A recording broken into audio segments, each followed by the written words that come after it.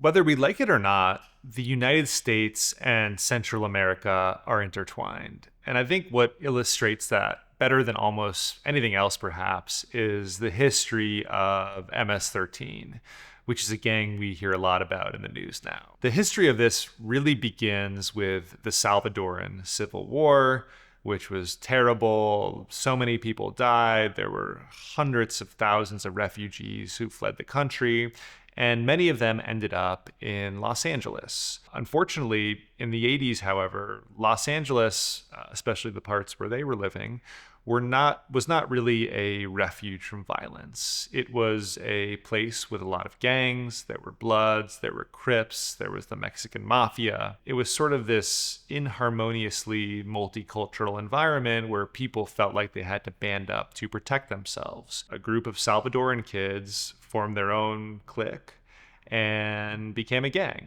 and they called themselves MS-13. Eventually, they opened up their ranks to Latinos of different national origins, and so did their local rival, which was called Barrio 18.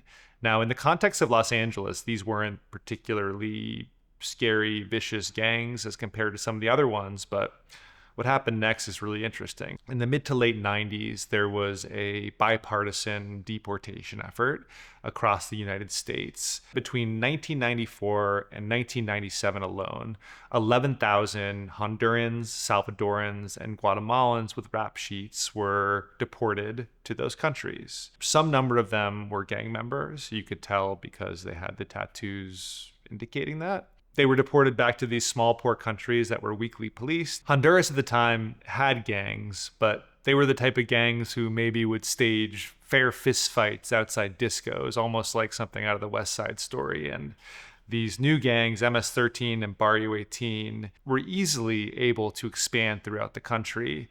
And in pretty short order, really by roughly 2000, virtually every poor neighborhood in Tegucigalpa and San Pedro Sula, which are the two biggest cities in Honduras, were controlled by either of these gangs or sometimes even both of them. These gangs and the hurt that they cause, the fear that they cause, was a huge part of what caused migration to the United States to spike in the mid-2010s to extreme levels. There was a lot of great reporting about the emergence of some of these gangs and in some number in places like Long Island, in Virginia. And now on the back of some of that reporting, MS-13 especially has entered the mainstream discourse once again.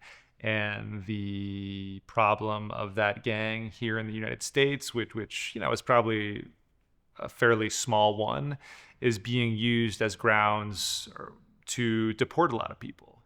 And you're seeing this just ping-ponging of people that's now been going on for decades of now, stretching all the way back to the 80s, which is now reversing, and we don't know what the implications and effects of that are going to be. But based on the history, if I had to guess, these problems will be with us, and until these gangs and the problem of violence in Central America is solved, this will always be, to a certain extent, the United States' problem.